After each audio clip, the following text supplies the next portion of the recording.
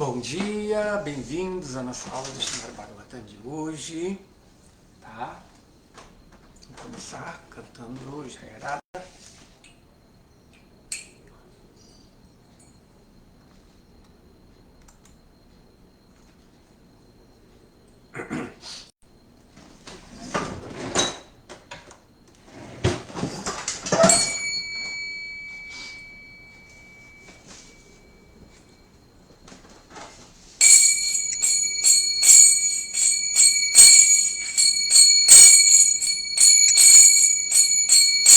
Jaya Radha Madhava Kunja Bihari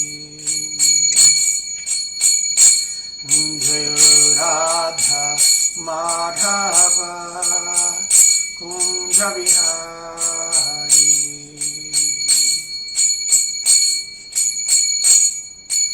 Gopi Janavallabha Girivaradhari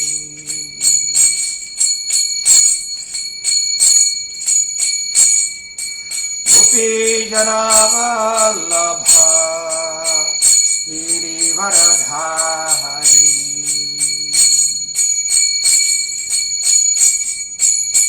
Yattodanandanam Brajanaranjanam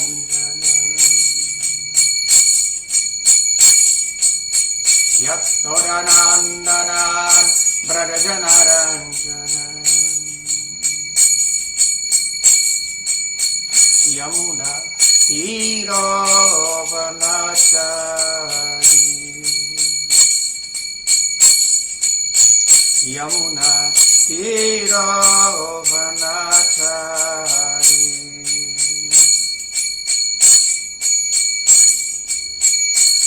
Jaya Radha Madhava Kunja Bihari Jaya Radha Madhava Kunja Bihari Gopi Janavallabha Girivaradhari Gopi Janavallabha Girivaradhari Yattodanandanan Brajanaranjanam Yassodanandanan Brajanaranjanam Yamuna Tirovanachari Yamuna Tirovanachari Jaya Radha Madhava Kunja Bihari Jaya Radha Madhava Kunja Bihari Hare Krishna Krishna Krishna Hare Hare Hare Rama Rama Rama Hare Hare Hare Krishna Krishna Krishna Hare Hare Hare Rama Rama Rama Hare Hare Hare Krishna Krishna Krishna Hare Hare Hare Rama Rama Rama Hare Hare Hare Krishna Krishna Krishna Hare Hare Hare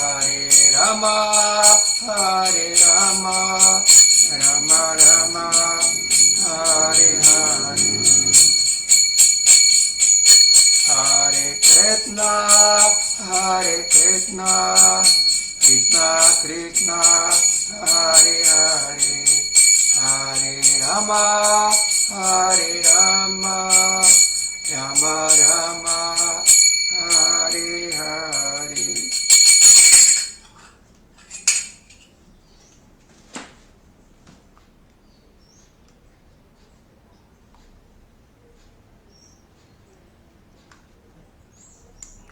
Então, lendo do Srimad Bhagavatam,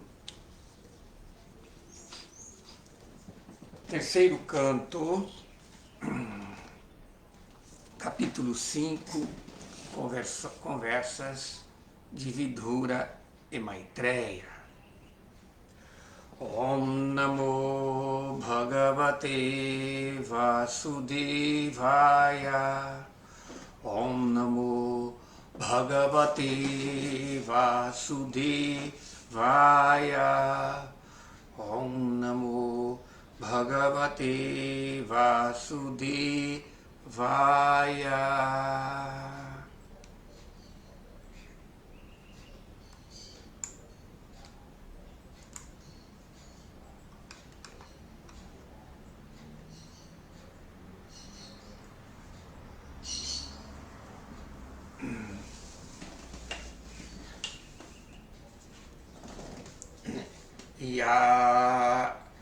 E a estátua Bhedaira de Lokanato Lokam Nalokan Sahalokapalam Achiklipadyatrahi Sarvasatva Nikaya Bhedu Adhikrita Pratitaha.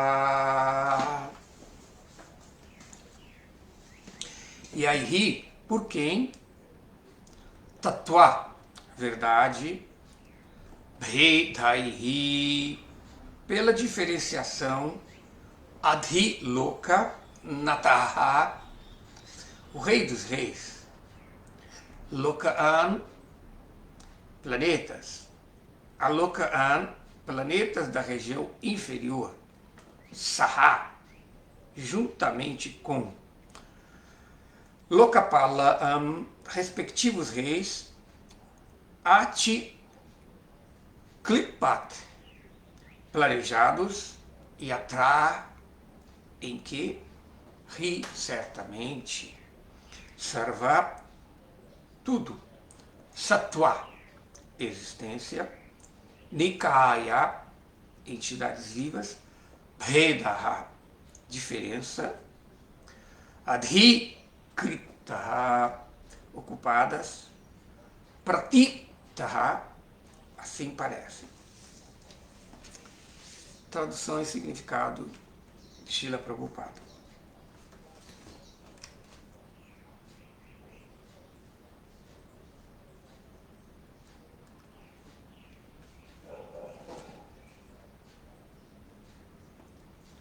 O Rei Supremo de todos os reis cria diferentes planetas e locais de habitação onde as entidades vivas se situam de acordo com os modos da natureza material e o trabalho, e cria seus diferentes reis e governantes. Significado.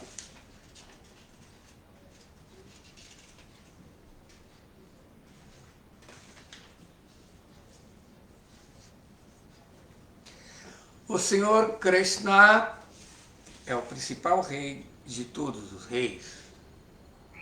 Ele cria diferentes planetas para todos os tipos de entidades vivas. Mesmo neste planeta, há diferentes locais para ser habitados por diferentes tipos de homens. Há locais como os desertos, galerias, ou melhor, geleiras e vales em países montanhosos. E em cada um deles há diferentes tipos de homens nascidos de diferentes modos da natureza, de acordo com seus feitos passados. Há pessoas nos desertos da Arábia e nos vales das montanhas dos Himalaias. E os habitantes destes dois locais diferem uns dos outros, assim como os habitantes das geleiras também diferem deles. Analogamente, há também diferentes planetas. Os planetas abaixo da Terra, até o planeta Patala, são cheios de vários tipos de seres vivos. Nenhum planeta é vazio, como imagina erradamente o assim chamado cientista moderno. Na Bhagavad Gita, o Senhor diz que as entidades vivas são sarvagata, ou seja, elas estão presentes em todas as esferas de vida, de forma que não há dúvida de que em outros planetas também há habitantes como nós, às vezes com inteligência superior e maior opulência. As condições de vida para aqueles que têm inteligência superior são mais luxuosas do que as que encontramos nesta Terra. Há também planetas onde não chega a luz do Sol. E há entidades vivas que têm de viver nestes planetas, devido a seus feitos passados. Todos estes planos para condições de vida são feitos pelo Senhor Supremo.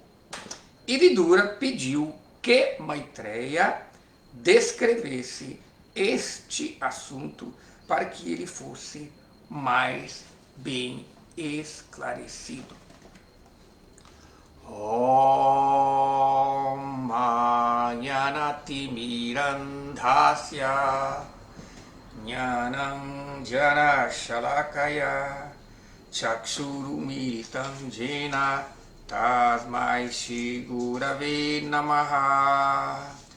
Namo Vishnu Padaya Krishna Prestaya Bhutale Srimati Bhakti Vedanta Swami Niti Namine Namaste Saraswati Deve Gauravani Pracharine Nirvishesha Shunyavadi Pastatya Desatarine Sri Chaitanya Manupistam Stapitam Jena Bhutale Swayam Rupa Kadamahyam Dadati Shwapadantikam Vanchakalpatarubhyascha Kripa Sindhubhya evacha Patitanam Pavanebhyo Vaishnavebhyo Namo Namaha.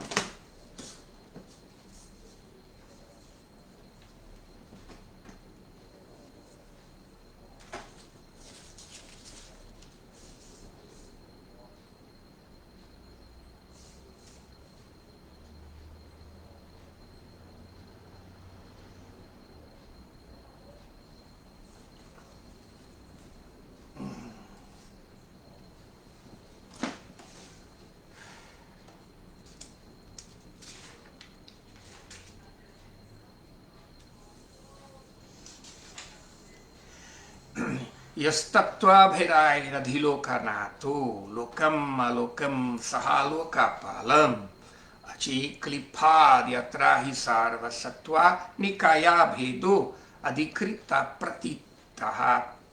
O Rei Supremo de todos os reis cria diferentes planetas e locais de habitação onde as entidades vivas se situam de acordo com os modos da natureza e o trabalho e cria seus diferentes reis e governantes. Então aqui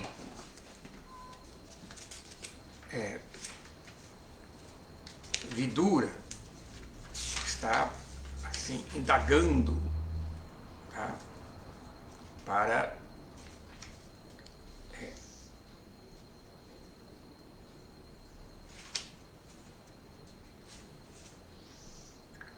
para Maitreya Rishi. Tá? E essa pergunta da aula de hoje, ele está, assim, constatando, não, o fato da criação material. Este universo material é a manifestação da misericórdia do Senhor Supremo. Tá? Às vezes, algumas pessoas podem analisar, né, que se este mundo material, ele é como o Bhagavad Gita determina, né, constata, né, que ele é Dukkhalayam Ashashvatam. É um lugar cheio de sofrimento, cheio de problemas sem fins, e Ashashvataha, temporário. Então, na verdade, o mundo material não é perfeito. Mas por que, se o mundo material é assim, por que ele é misericórdia de Krishna?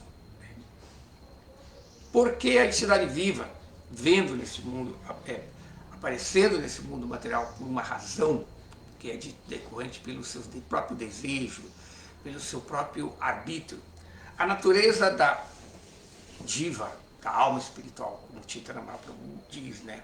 Dvera Shwarupa Hai, Krishneira Nityadasa, Krishneira Tatasta Shakti, Bheda Abheda Prakasha.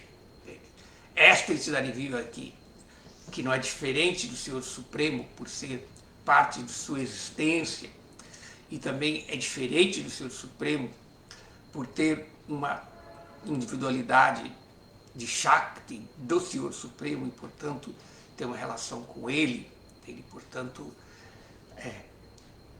ela é descrita como sendo Tatasta Shakti.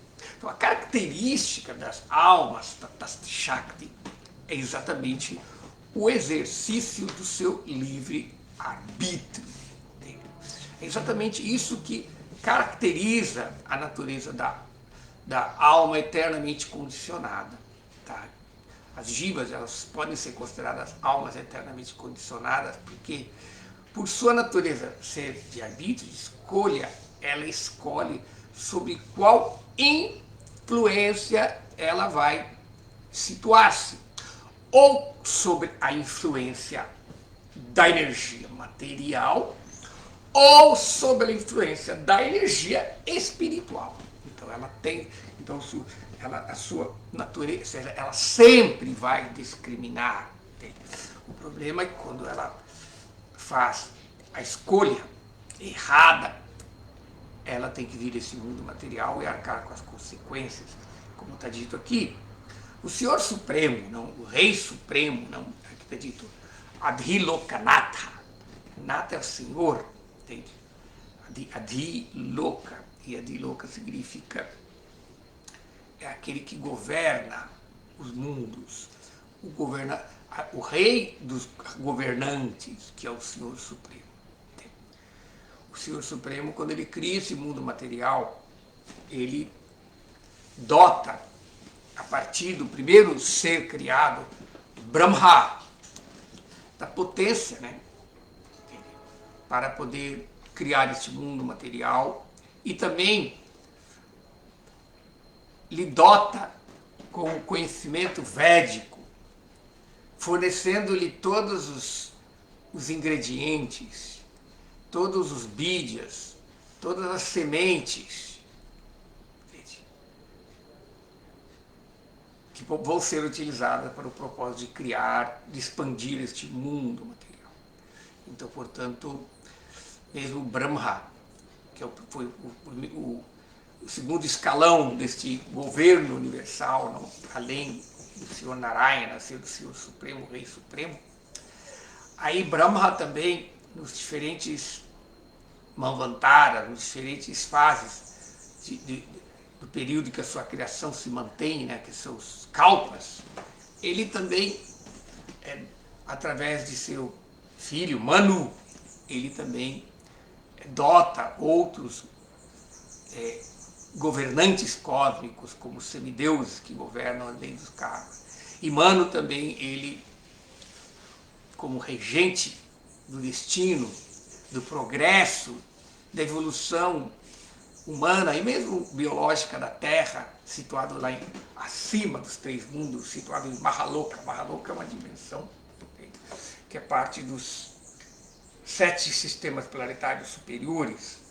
Os 3 primeiros sistemas planetários superiores é o que Srila Prabhupada nos alerta, chamado de Martya Lokas, os mundos da morte, que compreende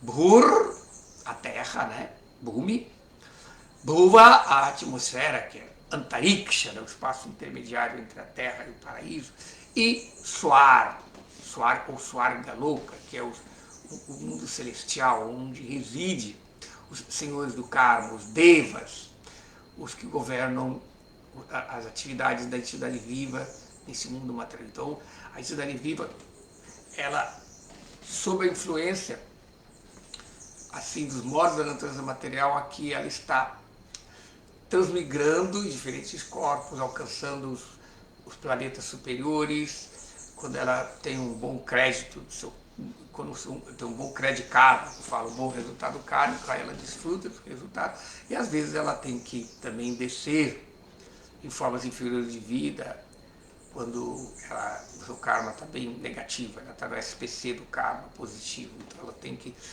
Então os semideuses, eles são esses reis. Então, portanto, aqui diz que os diferentes reis, entende?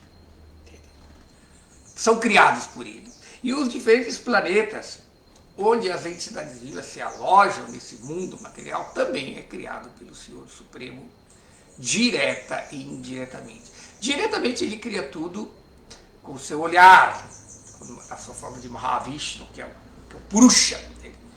É dito que quando Deus, o Senhor Supremo, deseja criar, ele tem um propósito da criação por algum motivo, ele se expande no Chaturvyuha, e dessa forma do Chaturvyuha ele se expande como os Purushas avataras, primeiro como Mahavishnu, e aí ele olha, ele contempla a natureza material que está ali na sua paz, no equilíbrio, e manifesta.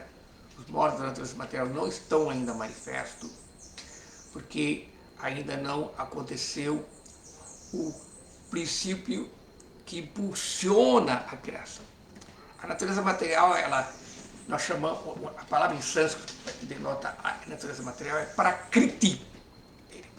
Kriti é feito, e quando você coloca o verbo kri, fazer, né, quando você coloca o prefixo pra, dá a ideia de impulsionar, tá?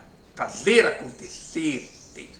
Então a palavra prakriti pode ser traduzida no sentido de evolução, aquilo que está em evolução. Tá? Então podemos ver que este mundo material, alguns filósofos impersonalistas, eles são muito atrativos, porque às vezes eles descrevem o mundo material exatamente dessa forma, como por exemplo os filósofos budistas. O budismo, sendo uma filosofia nihilista, não acredita que a natureza, que a realidade material, que o mundo tem alguma natureza concreta. Para eles não existe o princípio de tatuar, de isto é, de isto ser. Para eles têm o princípio de gatuar, que tudo está acontecendo, tudo é apenas um momento. Então essa filosofia é bem baseada no princípio da filosofia de Heráclito, né? Entende? Tudo está em movimento, a natureza material faz isso acontecer quando o Rei Supremo, quando o Senhor Supremo impele a criação com o seu olhar. Este olhar do Senhor Supremo, nessa sua forma operacional. É dito que Deus é um só.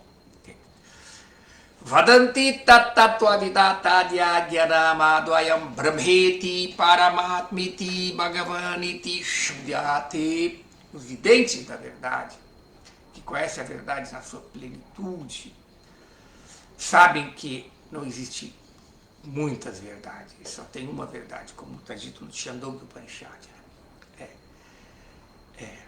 Eka Eka Eva Advitiam, o um sem um segundo. Então, na verdade, este um sem o segundo, essa realidade útil, esse Brahman, esse absoluto supremo que os sábios realizam, ele é um. Mas, Brahmeti, Paramatmiti, Bhagavaniti, Shabdyate, mas ele é Shabdya, ele é descrito por esses videntes como o ser supremo. Brahman, como o princípio da existência, o princípio ontológico de todas as coisas, que os espiritualistas adoram de chamar de eu sou, o eu sou, não Brahman. Se eles se aproximam dele usando o conhecimento discriminativo, eles constatam que essa realidade é impessoal, é onisciente, é onipresente, que está em todas as coisas, é a essência existencial de tudo. Agora, outros que se aproximam da verdade absoluta, dessa mesma, essa única verdade absoluta, mas usando o quê? Silenciando a consciência, o princípio, aí realizam ele que é o princípio da consciência situado em todos os lugares, como Krishna diz no Gita, né? Sarvasya Chaham Hridiksham Vidito Smriti Gyanana Pohanancha. Eu estou situado no coração de todos, de mim veio o conhecimento, de mim veio o esquecimento e vi a lembrança. Então, outro aspecto do Ser Supremo, que só pode ser realizado não por jnana, não pelo conhecimento discriminativo, não pelo processo de atma vichara, de identificar as coisas e eliminar tudo que é concebível pela mente. Neti. Não. O yogi ele já tem uma técnica um pouco mais sofisticada, mais desenvolvida. Ele é o contrário. Em vez de ele ficar exercitando a mente, discriminando viveka, ele cessa a mente. Ele considera que mesmo o ato discriminativo é o vritti, é uma imposição, é uma influência na consciência. E aí, portanto, ele para aquilo, purifica a sua consciência, para que a fonte de todas as consciências que está situado não apenas em seu coração, no coração de todos os seres, Paramatma, também presente em todos os átomos, dando a possibilidade de que o conhecimento possa causar evolução neste mundo. Então, aí eles realizam pela meditação, que leva a um estado de transe, que é chamado Samadhi.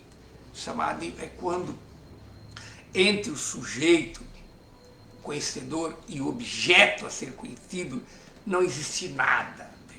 Porque o tipo de conhecimento que as pessoas obtêm neste mundo material não é esse tipo de conhecimento de Samadhi, que é chamado conhecimento imediato. Entende? O conhecimento é chamado conhecimento, esse conhecimento obtido pelos sentidos, pelo processo empírico, ou conhecimento obtido pela nossa mente material, é um conhecimento mediato.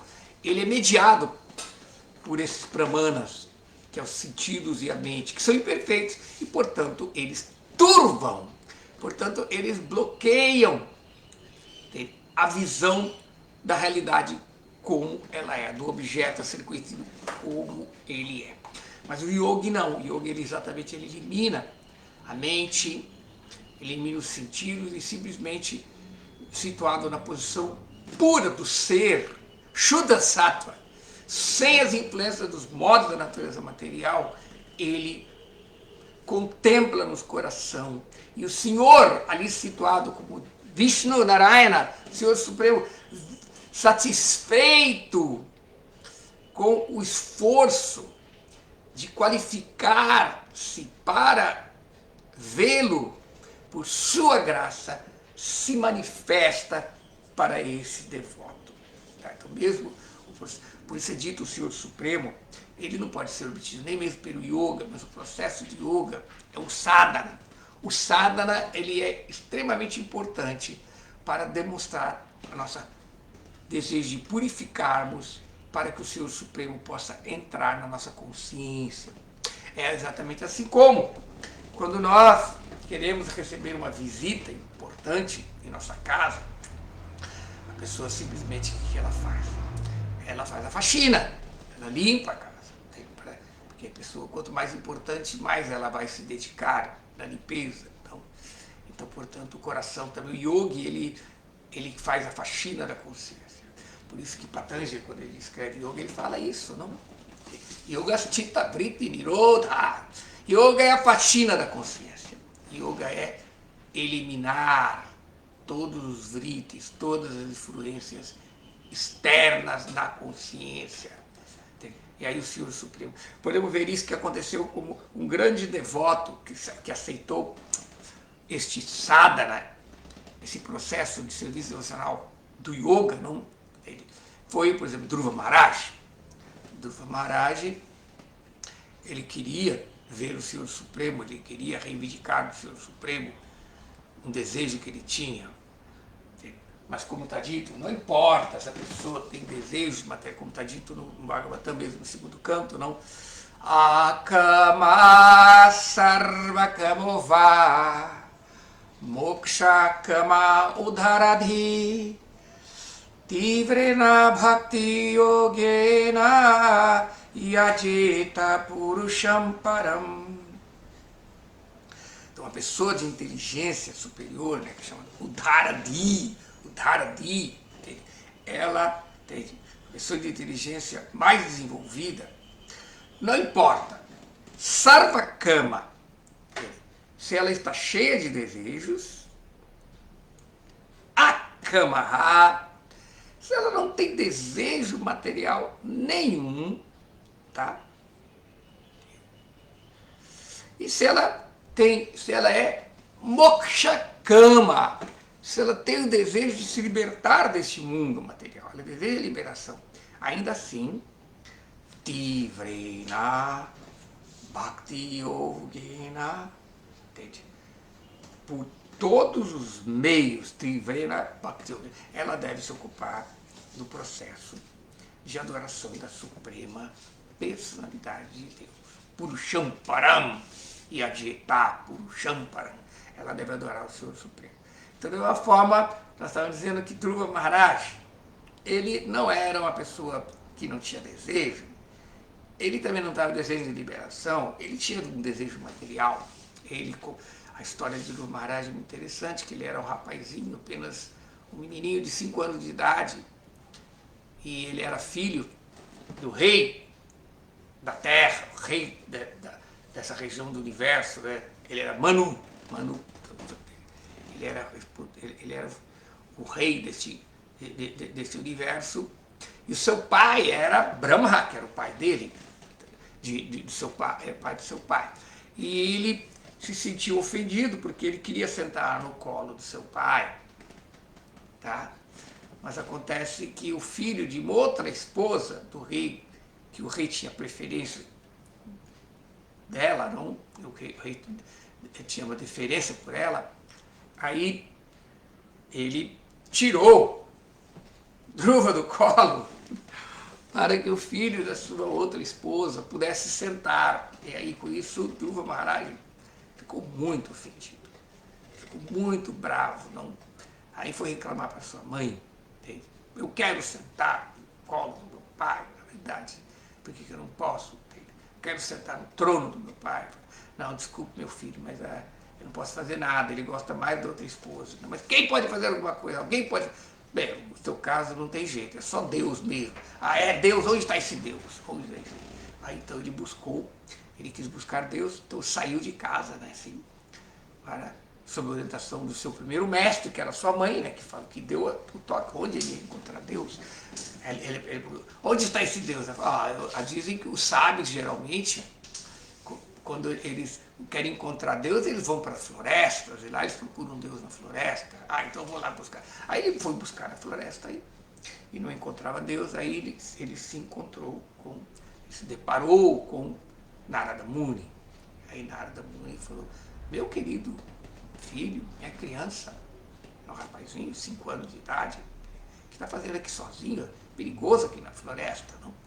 Não, nós estamos buscando Deus. Não, mas aqui é perigoso. Não, se você não sabe onde está Deus, deu fora. Eu quero Deus. Não. Aí quando o Dhruva Maharaj, assim, desafiou, não, mostrou essa determinação de conhecer Deus, então Narada consentiu em ser o mestre e instruiu ele no serviço devocional. Então, o serviço devocional que foi ensinado é chamado processo do Yoga, Octo, o processo da meditação. Ele ainda é Bhakti, sim, é um estado assim preliminar de Bhakti, onde Bhakti existe na forma da busca da emoção de paz, que chama, e para obter o que nós chamamos de Shantarasa, uma relação neutra. Seria como um tipo de amor platônico por Deus, não? Essa relação neutra com Deus. E aí, portanto, ele se ocupou no processo de Ashtanga Yoga, não? Yama, Niyama, Asana, Pranayama, todas essas técnicas, para poder meditar. Porque, na verdade, a finalidade de todas essas técnicas de yoga, no Hatha Yoga, todo esse sistema, é preparar a pessoa para a meditação. Isso é explicado claramente em várias literaturas do yoga, o Hatha Yoga Pradipika, que diz, né, que Shiva falando com Parvati, fala, ó Parvati, entende? Esta yoga do pote, não, que é o Hatha Yoga, é apenas estado, são os degraus preliminares para você chegar na porta de Raja, da meditação. Então, dessa forma, Dhruva começou a meditar, tá? E fixando. Então, o processo da meditação é um processo de aceitar a misericórdia do Senhor Supremo, porque o Senhor Supremo sabe que nós, com nossos sentidos materiais, com nossa visão material, não podemos contemplar e compreender a realidade espiritual, sua forma, suas atividades eternas. Entende? Então o que acontece? O Senhor Supremo, por misericórdia, porque nós estamos presos, estamos condicionados neste mundo material. Como está dito nesse verso aqui, as entidades vivas, elas estão situadas de diferentes formas desse mundo, de acordo com os modos da natureza material. Guna Karma de Bhagashaha, como Krishna diz. Então, portanto, então nós estamos, e portanto, nós temos a dificuldade de contemplar o Senhor. Então, o Senhor Supremo, por sua misericórdia, ele encarna nos elementos materiais. E quais são esses elementos materiais que o Senhor Supremo encarna? A filosofia Sankhya enumera 24 elementos, não começando com terra, fogo, água, ar, éter, elementos mais sutis, sentidos, mente, inteligência, ego, consciência causal, consciência, o Mahatattva. Então, somando todos esses são elementos materiais. E, portanto, os nossos corpos materiais, os nossos condicionamentos nos determinam diferentes situações nesses corpos materiais. Então, o Senhor Supremo, por sua compaixão da entidade viva, que por natureza é seu servo eterno, mas agora ela está afastada de sua natureza. O Senhor nunca abandona os seus filhos. Nunca abandona os seus filhos pródigos, não, que ficam assim querendo desfrutar, independente lhe é dado esse mundo material. Aí o Senhor Supremo encarna. E quando ele encarna, ele também deixa o relato na história humana, na forma das escrituras, que os videntes, que aqueles que puderam ter a visão do Senhor Supremo, deixam o relato para o nosso benefício, ele nos deixa o caminho das pedras, de como nós vamos seguir. Então o Senhor Supremo entra dentro dos nossos limites, ou seja, nós, seres limitados, infinitesimalmente imperfeitos, porque o nosso sentido, não podemos compreender o ser perfeito, mas o ser perfeito na sua plenitude, na sua perfeição absoluta, ele pode deixar-se, Krishna diz, aquele Bhagavad Gita, naquele que está se esforçando, se ocupando no serviço devocional, eu dou a compreensão, eu dou o conhecimento pelo qual ele pode vir a mim. E daí o Senhor, porque se não houvesse o conhecimento, Bhakti jamais pode se concretizar. Porque Bhakti é um processo devocional, é um processo de amor a Deus. E o amor, ele só acontece com o conhecimento. E, portanto, como que nós vamos amar o Senhor Supremo, desenvolver a atração por suas opulências, Bhagavan, suas qualidades, se ele não nos dá o conhecimento para que nós possamos meditar, para que nós possamos, assim, desenvolver nossos sentimentos. Essa é a diferença entre bhava emoção e rasa, que é exatamente fazer com que as emoções cheguem na plataforma do amor. Tá? As emoções, elas estão ali, mas elas ainda não têm coisa. Ela está faltando alguma coisa, como um ingrediente material. Entende? Comida, grãos, cereais, legumes, são alimentos, mas eles não têm gosto, não têm raça. Para isso é necessário todo um processo de preparo para que a comida se torne desfrutável. A comida tem, de toda uma forma, as emoções que estão presentes neste mundo, entende? Todas elas têm que ser preparadas na forma do conhecimento, na forma de técnicas, para que ela possa chegar à plataforma do amor. É assim mesmo, não como uma pessoa, ou por exemplo, um rapazinho ou uma menina encontra um outro, um menininho ou um menininho, e eles não se conhecem, mas há pinta ali uma atração, pinta um bava, tá? Mas ainda não há conhecimento, então eles não se amam ainda, tem uma paixão ali, aquela suja, aquela... Portanto, então eles começam a se conhecer, vão caminhar, convida ela para ir na sorveteria, aí vai visitar a família, aí começa a conhecer, e aí esse conhecimento permite que aquela atração, aquele sentimento de ato e de atração ainda se torne em amor. Então o Senhor Supremo também lhe permite isso. Por isso ele vem na nossa história e deixa o relato de suas atividades que os grandes devotos puros, os grandes místicos, os videntes, Vyasa, por exemplo, deixa o relato, e assim, por ouvir Krishna Katha, por ouvir Hari Katha, as narrativas do Senhor Supremo, nós desenvolvemos o nosso amor, porque o conhecimento desperta o amor, o conhecimento nutre a emoção potencial para que ela desenvolva em amor. E o yogi também tem. Yogi também, a diferença é que no serviço devocional, nas raças de servidão, amor filial, amor paternal ou maternal, amor conjugal, amor fraterno, entende? O Senhor veio e, portanto, os grandes acharyas, baseado no conhecimento das escrituras, como os ágamas, nos dão os relatos de como nos ocuparmos no processo que é chamado artya, de como desenvolver as deidades que são... As deidades não são especulação, as deidades não são idolatria, não foram criadas eu acho que vou pegar essa pedra, essa pedra aqui tem uma sacada, é meu Deus. Não. Mesmo Shalagram, que é uma pedra, não é, ele é revelado, o Senhor escolheu nascer. Então, portanto, os relatos das escrituras vêm. E para o yogi, que também está na plataforma que eu estava falando sobre o caso de Dhruva, né? Que ele era um Shanta Bhakta, tá? Meditando um Deus no coração. Aí também a deidade é uma deidade assim, é interessante que a deidade do yogi, ela não é como a deidade feita de metal, madeira, mármore, ou mesmo uma gravura que os devotos instalam tendo conhecimento das narrativas históricas de como que o Senhor é e como que o Senhor deve ser meditado, e geralmente esses relatos das escrituras é baseado nas encarnações que Krishna, quando Krishna encarna, ele entra dentro dos nossos limites materiais e assume uma forma propícia para meditar. O yogi também, aí é descrito nas escrituras que o Senhor Supremo, ele tem que ser, a deidade do yogi, ela tem que ser construída não usando terra, fogo, água, mas utilizando a mente. Entende? É baseado em visualização criativa, né?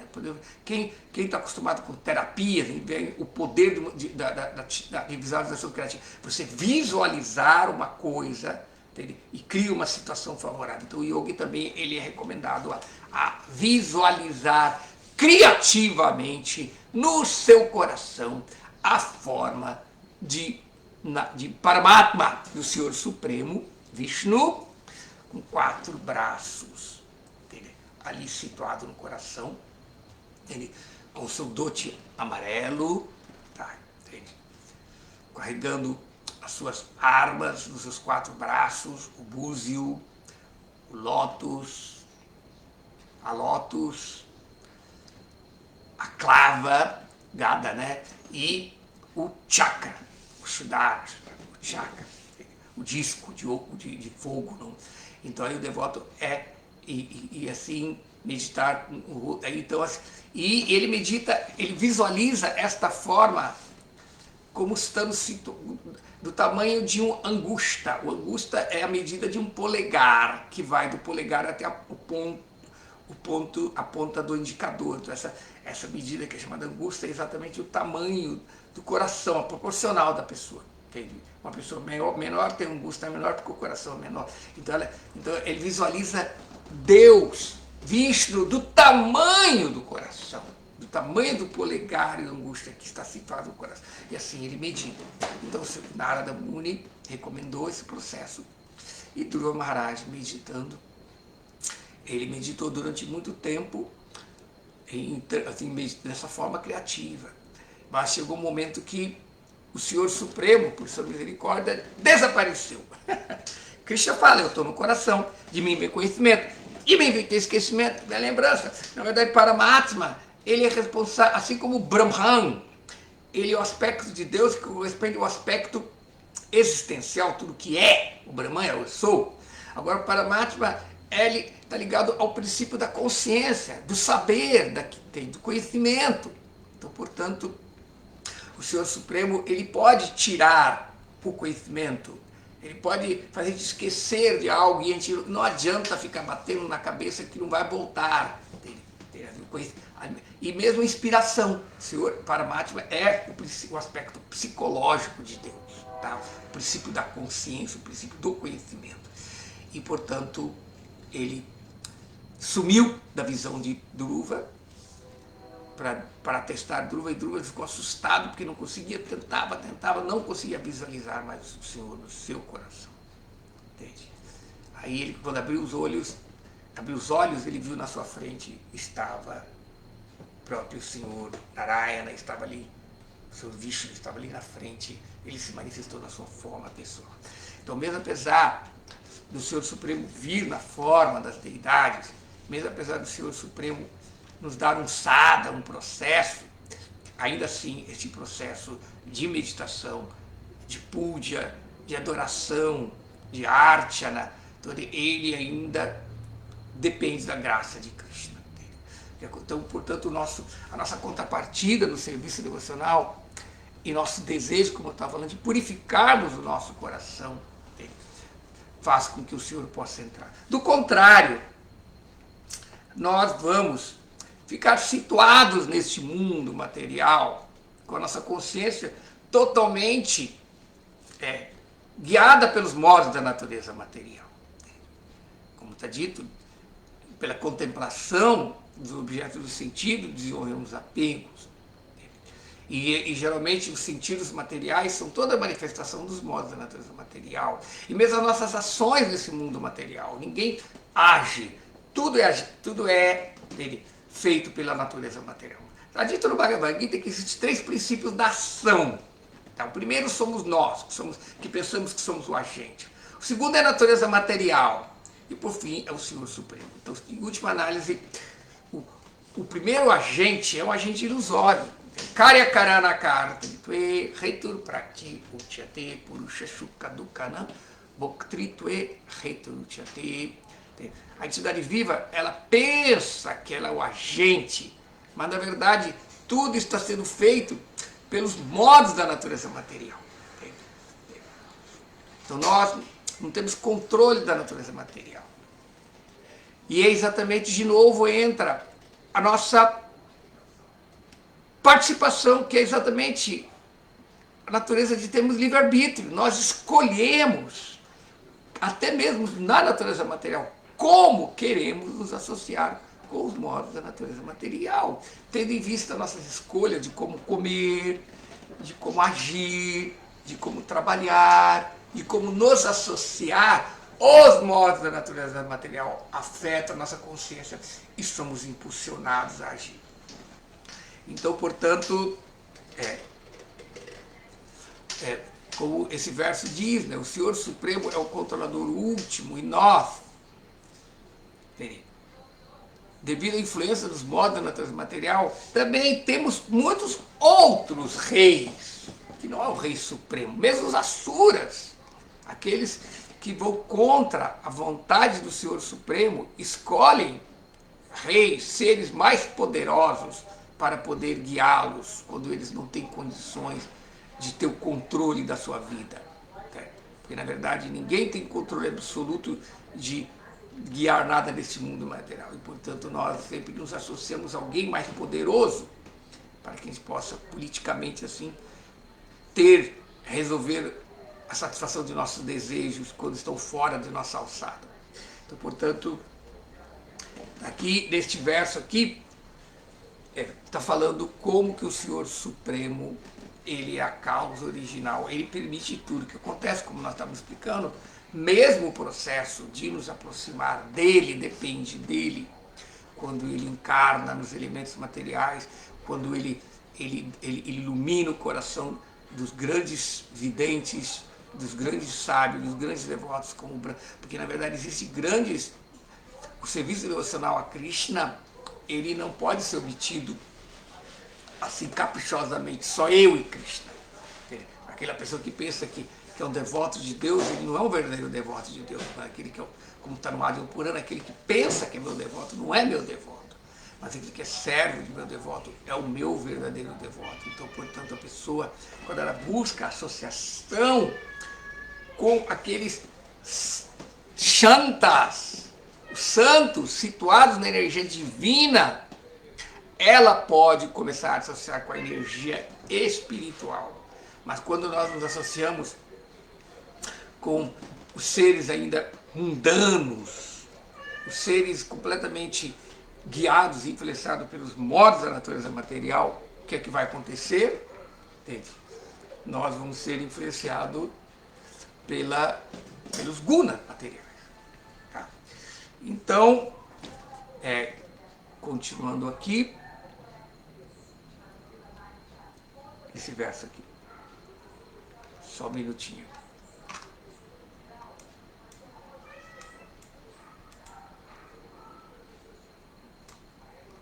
Meu amor, um pouquinho, dá para baixar um pouco, meu amor? Está influenciando a ligação aqui, a gravação.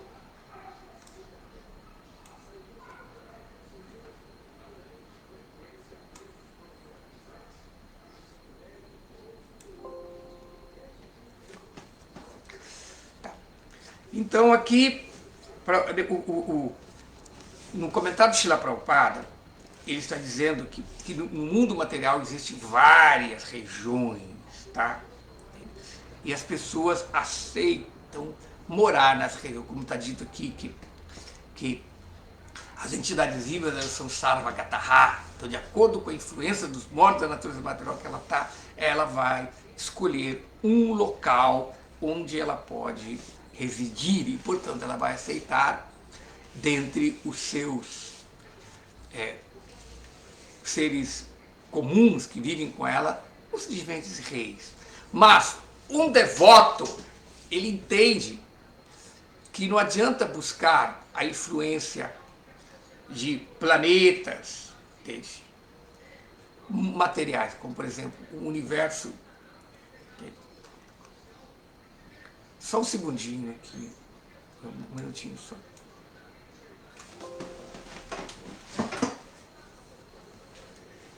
Meu amorzinho, dá para diminuir um pouquinho, fechar a porta? Tá afetando a gravação. Tá baixa. Agora.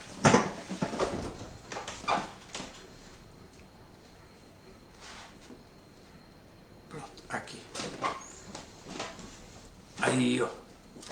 E aqui está dito aqui que as condições de vida destes seres é proporcional ao modo da natureza material que a pessoa deixa influenciar na sua consciência.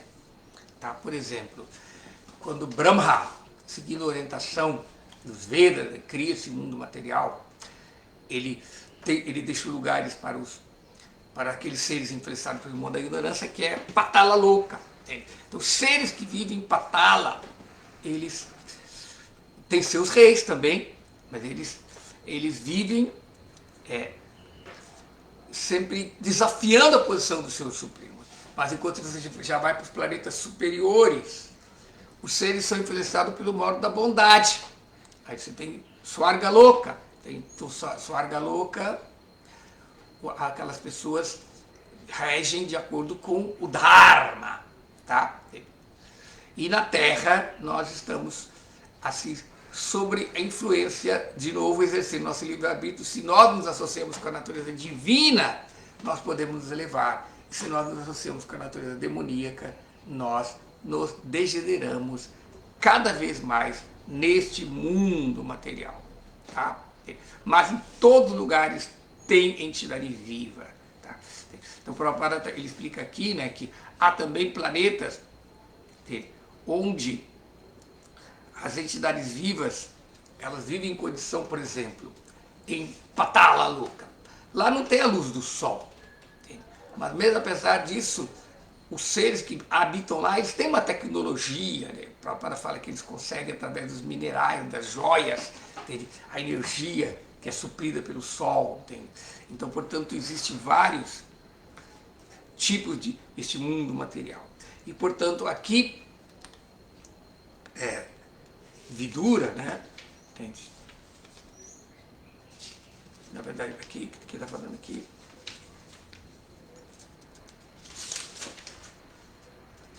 Vidura está pedindo para que Maitreya descrevesse, entende?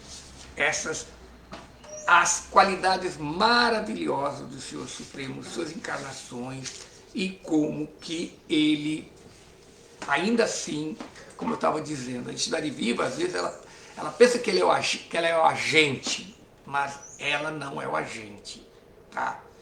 Porque ela está sendo impulsionada pelos modos da natureza material. Então, na verdade, o verdadeiro agente nesse mundo material é a natureza material. Prakriti kriyamani nanai gunai karmani sarvasaha. Mas ainda assim, se nós elevamos na plataforma do conhecimento espiritual, nós entendemos que nem mesmo a natureza material é a agente. Ou seja, ela pode ser o agente, mas ela não é a causa. Existe o Senhor Supremo, que é o Rei Supremo, entende? Que está sempre. Entende? Mas às vezes, podemos ver que Krishna, apesar de ele ser o agente supremo, a causa suprema, a causa da agência suprema, ele não age. Por quê? Krishna diz, eu sou imparcial. Entende? A entidade viva, ela faz sua escolha, e eu não influencio, eu deixo que ela arca as responsabilidades, arca com a responsabilidade e suas ações, se associando com os modos da natureza material.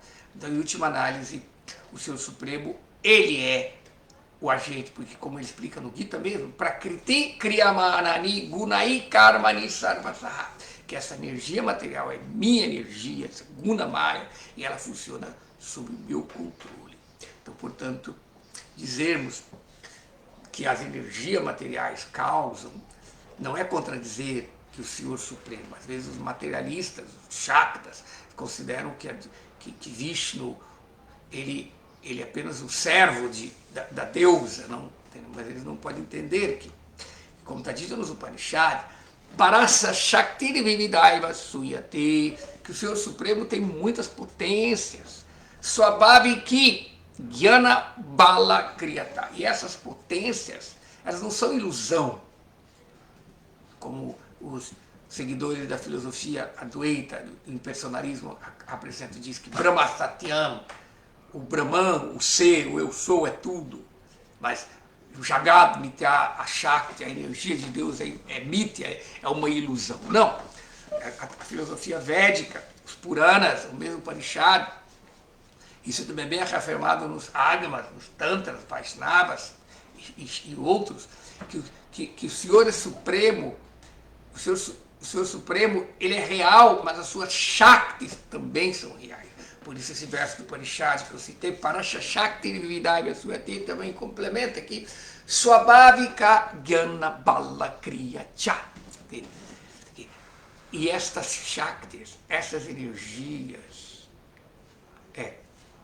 são Swabhava, são inerentes a Deus. Elas são parte da sua energia, é a parte inerente de Deus. E, portanto, inerente a Deus, o que acontece? Ela produz toda a variedade, toda a diversidade que existe no mundo espiritual para Deus eterno. Variedade ou diversidade esta que se manifesta no mundo material como um reflexo daquela variedade arquetípica e que os impersonalistas, espiritualistas e impersonalistas chegam à conclusão de que isso tudo é ilusão porque é temporário. Sim. A sombra, ela é limitada em 2 dimensões, mas o fato da sombra ser limitada em 2 dimensões, aquela realidade tridimensional que está sendo refletida como a sombra, não está bem além do que você pode lidar com na situação de sombra. Tá? Então, de uma forma, Bala é Swabhavika, Bala, poder, Jnana, conhecimento, Kriya, ação. O Senhor Supremo tem muita Kriya Shakti, a energia de ação, Bala Shakti, energia de poder, Jnana Shakti, energia de conhecimento, Kriya das ações. Entende? Então o Senhor tem potências inconcebíveis e exerceram essas potências, a realidade espiritual se manifesta em sua plenitude.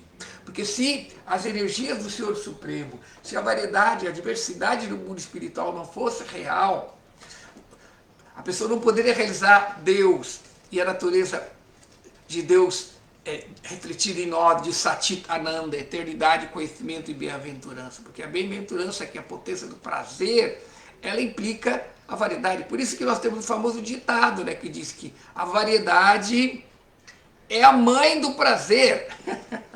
Tá? Então, como que vai se manifestar bem-aventurança, como está dito no Taittiriya Upanishad, né? Raso Vaisaha, Raso Riyavayam Labdva Bhavati, Ananda Bhajati, Bhavati, que raça, o prazer o prazer estético que existe entre o relacionamento, e o relacionamento não existe fora de uma natureza se não tivesse alteridade que permitisse a relação entre existir. Sem alteridade, sem relação, não há raça, não há doçura, não há sentimento, entende? Não há prazer causado pelas emoções. E, portanto, entende? O Senhor, sem a variedade, sem a diversidade das energias. Então, por isso, Krishna não é Krishna sem Radha. Shiva não é Shiva sem Shakti. Por isso, no yoga eles falam, Shiva sem Shakti é Shava. Shiva sem a sua Shakti é um cadáver, Shava, ele não é nada, entende? Tanto que quando Shiva perdeu a sua esposa Sati, no afé lá dela deixar o seu corpo quando viu que seu pai, né, estava ofendendo Shiva, não? Aí Shiva se tornou assim, só no cemitério cheio de cinza. Ele teve que depois encontrar de novo Parvati para de novo, ou seja, sem, e Radharani também, sem Radharani Krishna não é Krishna. É dito que Deus sem a sua Shakti não é Deus, ele é apenas Brahman. Tá? Então, essa é a diferença. Então, quando Deus não está manifestando suas energias, quando as suas energias não estão manifestas, não existe a relação de amor. O problema das pessoas que querem ser muito sábios,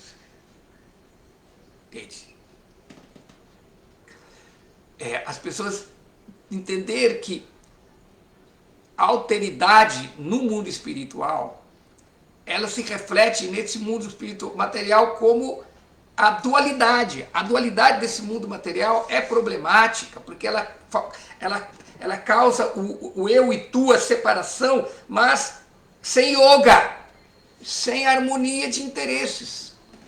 E, portanto, as pessoas consideram que a individualidade é um limite à alma eterna. Agora, no plano espiritual, a variedade, a diversidade, ela não é produzida no plano da separação ou do ego. A alteridade no mundo espiritual não existe no plano do ego, da diferenciação, em pensar que eu sou diferente de Deus.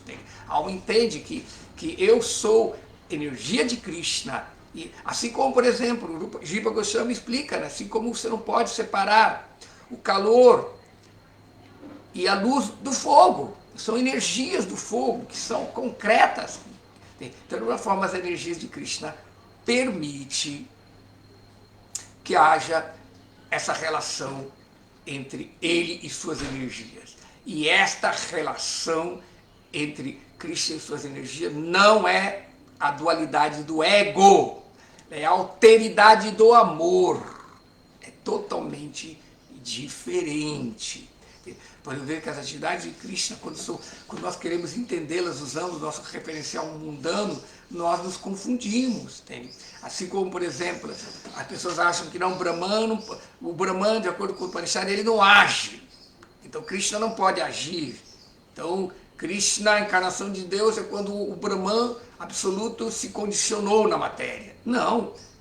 As atividades de Krishna não é baseado em karma. Podemos ver que todas as ações são causadas pelo modo da natureza material. Mas as ações de Krishna não é karma, ela é lila. A palavra lila significa brincadeira, é passatempo. Krishna ele não é obrigado a agir nada, ele age ao seu bel prazer. E, portanto, dessa forma, nós podemos ver que o Senhor Supremo, ele está além dos limites, mesmo dos governantes deste mundo material, que ainda assim estão orientados pela natureza material. Então, portanto, voltando a essa questão da variedade e da diversidade do mundo espiritual, que ela foi muito bem explicada da filosofia grega de Platão, não? Quando ele fala sobre o mundo das ideias. Então, Platão, ele herdou esse conceito do mundo das ideias nesse princípio, realmente, de que o mundo espiritual é uma realidade, uma dimensão infinita, mas uma grandeza. Por isso está dito no Rig Veda, né? Que a energia, que com 1/4 de seu ser, o Senhor Supremo se torna imanente no mundo. E com 3/4 de seu ser, ele situa-se transcendente deste mundo. Então, portanto, mesmo apesar do Senhor estar transcendente, ainda por compaixão, ele entra dentro do nosso limite, nesse 1/4, nas suas encarnações históricas, para nos qualificar, te entender, entende? E meditar no seu serviço devocional. Então, eu acho que com isso deu para nós mais ou menos falar sobre essa questão da posição de Krishna como Rei Supremo e de todas as entidades vivas desse mundo material. Tá, então já são 9h10, não? Eu vou já encerrando a nossa aula. Primeiro eu gostaria de dar uma olhadinha, ver se tem pergunta, porque quem ainda não fez as suas perguntas, seus questionamentos, podem ir digitando aí no chat. Eu gostaria de agradecer a presença do Marcos Maria Branquinho, Haribol Prabhuji, do Marcelo Magalhães, da Mataji Sundari Devidasi, Haribol, Mataji, Sanatana Dharma Prabhu, Haribol, seriam reverências, Sérgio Azevedo, da Gabriela Barbosa, que eu sei que ela foi, acho que ela está com o nome agora, mas eu não lembro. Tá? Arthur Ferreira, Hare Krishna, Shila Prabhupada, Luiz Fernando Pessim, Revatipati, a Mataji Revatipati, Rubens Revatipati, está aqui. Eu não sabia se. Tem agora a Tânia, Haridashan Prabhu, reverências, Rony Pillai, Haribol. Vamos ver aqui.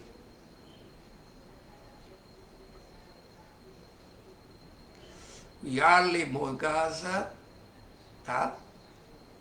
Então agora vamos dar uma olhada nas perguntas. A primeira pergunta que foi feita foi feito pelo Rubens Revatipati. Tá. Até que ponto o nosso esforço nos levará a Krishna? Pois, em última análise, é Ele que concede o serviço devocional. Tá. Muito boa pergunta, muito bem questionada. Primeiro de tudo, nós não podemos alcançar Krishna pelo nosso esforço. Entende? Ninguém pode compreender Krishna pelo seu próprio esforço individual. Mesmo que nós possamos praticar yoga, nós possamos ler, estudar todas as escrituras, praticar penitências, tapas. Entende? O Senhor Supremo, ele só deixa, ele é reconhecido pela sua graça. Mesmo o processo de sadhana bhakti, nas suas dimensões de Vaidhi ou de Raga, não importa, ambas são sadhana, não permite você desenvolver amor por Krishna. Krishna não se revela quem se ocupa nesse processo. Mas o ato de nós aceitarmos o sadhana demonstra a Krishna o nosso desejo e, portanto, a nossa disposição de fazer tudo o que tem que ser feito. Entende? A nossa posição de remover a nossa mente do mundo material, purificar os nossos anartas, entende? Através de um vibe, e também querer fixar a nossa mente através de uma visualização criativa. Nós visualizamos o serviço a Krishna inspirado nos seus servos eternos, os seus associados eternos. Isso é chamado sadhana, tanto Vaidhi como Raga, Anuga. Não? Então isso nos purifica, sim, mas mesmo purificando, ainda assim o Senhor não se revela se Ele não aceita se revelar. E o Senhor também, Ele não aceita revelar se os seus servos, os devotos puros, não estão satisfeitos. Está dito que, apesar de nossos esforços, os nossos esforços só serão coroados pela graça do Guru e de Krishna, em última análise. Por isso é dito que existem 3 tipos de siddhas, 3 tipos de devotos perfeitos. Um é chamado Nitya Siddha, aqueles que sempre foram perfeitos, eles sempre estiveram na natureza espiritual, servindo a Krishna na perfeição, nunca se condicionam. Aí depois você tem o sadhana siddha, aquele que, pelo seu esforço, se qualificaram para alcançar a perfeição. E por fim você tem o kripa siddha, aquele que pela graça de Krishna alcança a perfeição. Então, colocando agora na posição nossa, que não somos siddha, que não somos nitya siddha, mas podemos estar na categoria de sadhana siddha ou kripa siddha. Mas, aí você fala, então pode ser que se uma pessoa sadhana alcança a perfeição, isso que você está falando, para Lokasakshi, está errado. Entende? Está dito que é só pela kripa. Sim, ainda não é contradição. Entende? Mesmo aqueles que fazem sadhana, Rupa Goswami deixa isso bem claro no Bhakti Rasamrita Sindhu.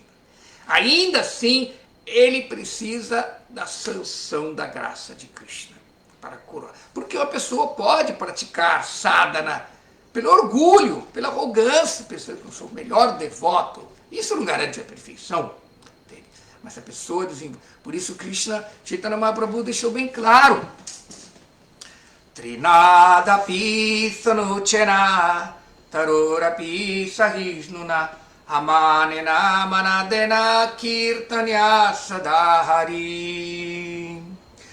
A pessoa pode cantar, ela pode se ocupar constantemente nesse processo de Bhakti Yoga, do serviço devocional, de cantar os santos nomes, de Sankirtana, que é um processo devocional desta era, se ela tiver uma atitude de sentir-se mais baixo que a palha na rua, desprovido de todo sentido de falso prestígio e pronto para oferecer todo o respeito aos outros e não querer nenhum respeito para si próprio. Nesse estado de espírito, a pessoa pode ocupar-se constantemente do serviço devocional. Então vamos colocar um processo de sadhana. Então a pessoa pode estar praticando sadhana, mas na atitude, se a atitude não for correta, ela não recebe a autenticação das suas conquistas de sadhana. Uma pessoa pode ser muito, muito, muito estrita nas regras do serviço devocional, mas ainda assim ela pode não receber a graça de Krishna. E quando Krishna vê que ali, aquele devoto ali, ele não está puro. Ele faz tudinho, direitinho, tudo perfeito, mas às vezes é motivação de pratista, de prestígio, fama, adoração. Entende? Então, na verdade, o serviço devocional, portanto, alcançar o serviço devocional depende. Entende? Então, em última análise, é o Senhor Supremo. E o seu representante genuíno, como guru, como os seus associados eternos, eles também podem conceder o serviço devocional. Na verdade, Krishna concede o serviço devocional através de seus devotos. O Prabhupada mesmo fala que nós fundamos o movimento da Sociedade Internacional da Consciência de Krishna, ISKCON, para permitir que as pessoas possam se ocupar do serviço devocional na associação dos devotos. Porque se uma pessoa pensa que pode executar o serviço devocional fora da associação dos devotos, ela está vivendo uma grande alucinação. Porque fora da associação dos devotos puros, o serviço devocional nunca fica distinto de atividades materialistas. Tá? Então, por isso é importante entendermos que Kripa, misericórdia, é claro que você não vai ficar esperando. Se Kripa, se pela graça de Krishna você não... Por que eu vou ficar perdendo tempo fazendo sadhana? Por que eu vou perdendo tempo cantando a minha japa, adorando as deidades, adorando Tulasi, servindo? Por que eu perder tempo? Não, eu vou esperar que a Kripa vim. Esperar que... Não. Krishna, nossa contrapartida queremos que Krishna venha na nossa casa, vamos fazer a faxina. O sadhana, na associação dos devotos, a nossa fé cresce e nos ocupamos do serviço devocional, e isso faz arata livrite para que nós possamos estabelecer o serviço devocional. Então, portanto, o nosso esforço mostra a Krishna que a gente quer chegar a Ele, tá? Mas, em última análise, dependemos da graça de Krishna e do Guru para você alcançar Krishna. Tá claro? Espero que eu respondi ao Revatipati. Tá? Tá certo? Próxima pergunta. O Marcos Maria Branquinho pergunta: Prabhu, o que seria alteridade nesse contexto? Como eu acho que eu já expliquei, alteridade é exatamente o que possibilita uma relação do eu e o tu. Se nossa alteridade, vocês dão uma olhada, os impersonalistas, eles conjugam o verbo ser. O devoto conjuga o verbo amar. Então vamos fazer uma análise gramatical aqui. O verbo ser é um verbo de ligação. Entende? Um verbo de ligação não tem sujeito nem objeto. Existe apenas o sujeito e o predicado. O predicado, na verdade, é a qualificação, é aquilo que qualifica o sujeito. Tá? Então você julga, eu sou. Significa, você está dizendo que eu sou eterno como ele é eterno, que eu tenho as mesmas qualidades dele. Entende? Então o ser dedicado por isso. Então, a alteridade não existe. Aqui existe a unidade, existe yoga. Tá? O verbo ser conjuga comunhão. Tá? Você vai situar na plataforma do que é comum com Deus. Ser eterno, ser pleno de conhecimento e ser pleno de prazer. Mas só que isto, para se manifestar, tem que ser um objeto do amor, tem o sujeito, eu, e o objeto, Krishna. Entende? O sujeito tem um objeto direto. O verbo amar exige isso. E ter sujeito e objeto implica ter uma relação de alteridade. Eu amo Deus, eu sou sujeito, ele é objeto. Deus me ama, ele é sujeito, eu sou objeto. Então essa alteridade é exatamente o que caracteriza a troca amorosa. Então não pode haver amor sem autoridade. Não pode. Os impersonalistas tentam eliminar a palavra bhakti, não a traduzindo como devoção, mas traduzindo-a como participação. Se você ver no dicionário, a tradução bhakti às vezes é participação, porque aí eles caem fora da alteridade que o verbo amar tem e transforma a questão da ligação, não, a participação. Eu sou nele, ou eu sou ele. Então, na verdade, isso não é bem condizente com a condição de serviço devocional puro, tá claro? Então, o Yarli também está aqui, pergunta, então seria correto termos culto às Shaktis, tendo em vista a importância dele? Sim! Nós adoramos a Shakti de Krishna, principalmente Shrimati Radharani, mas só que Shrimati Radharani está ocupada no... Shrimati Radharani quer que você adore a Krishna. Então Shrimati Radharani não vai ficar satisfeito que você só adora ela. Você adora ela, assim como adoramos o Guru, mas o Guru, ele recebe a adoração e transfere aquela adoração a Deus. E Radharani também. Então por isso que mais importante que adorar Krishna é adorar Radha. E mais importante que adorar Radha é adorada com Krishna. Por isso nós adoramos Radha, a energia de Krishna, junto com Krishna. Por isso nós cantamos Hare Krishna, Hare Krishna, Krishna Krishna, Hare Hare. Hare Rama, Hare Rama, Rama Rama, Hare Hare. Nós temos 16 nomes, todos no vocativo. Hare, né, ó energia, que é o nome de Radha, Orada, Ohara, e ó Krishna e ó Rama. Esses 3 nomes, então, eles são os nomes de Krishna e de Radha. Então nós temos 8 nomes de Radha, Hare, Hare, Hare Hare, Hare, Hare, Hare Hare. 8 e 8 nomes de Krishna. Krishna, Krishna, Krishna, Krishna, Rama, Rama, Rama, Rama.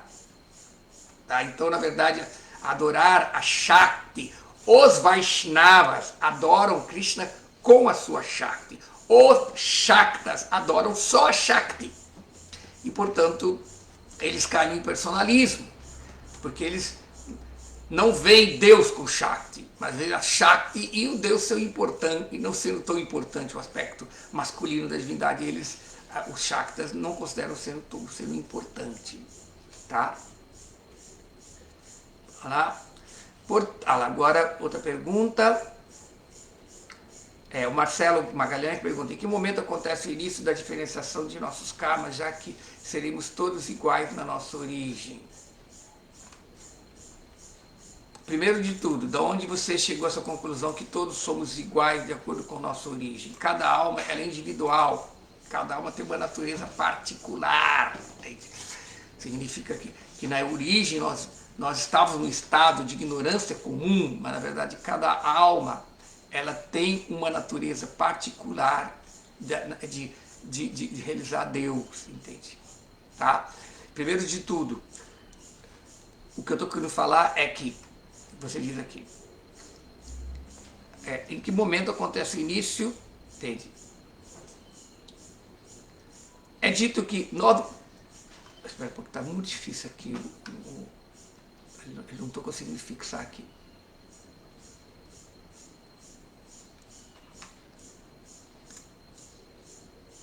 Em que momento? Primeiro de tudo, este é um tema inconcebível. Nós não podemos conceber esse estado do início que a alma começou a se sujeitar ao karma.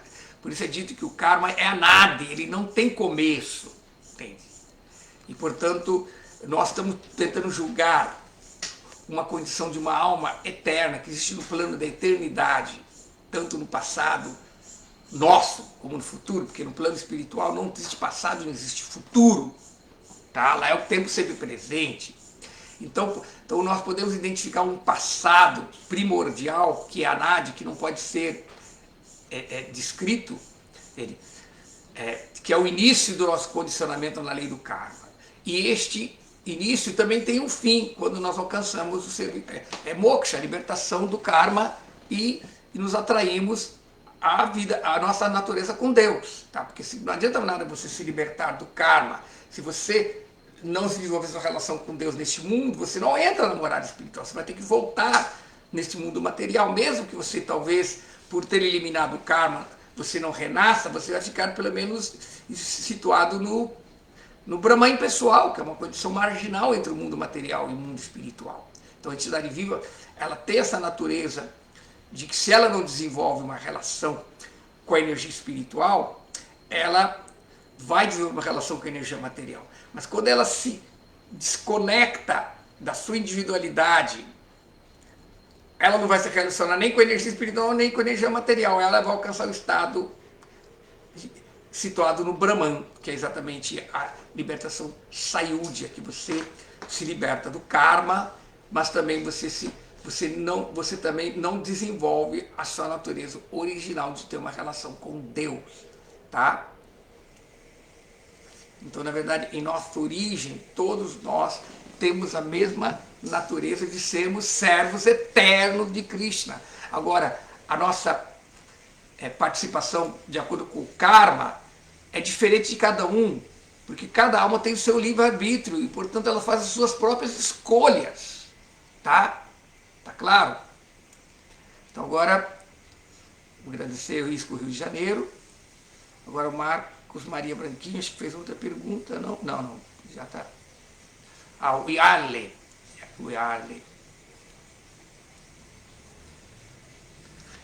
Então, adorando os dois pode. Sim, nós pode como deve. Nós devemos adorar sempre Krishna com Shrimati Radharani. Nós devemos sempre adorar Krishna, Ramachandra com Sita, Vishnu com Lakshmi, Krishna e as suas Sakti, nas suas diferentes encarnações. Então, da forma, o Senhor Supremo, ele tem que ser adorado. Por isso que nós, como seguidores de Chaitanya Mahaprabhu, Chaitanya Mahaprabhu é exatamente isso. Ele é a adoração de Radha e Krishna juntos. Tá? Isso é característica de um Vaishnava.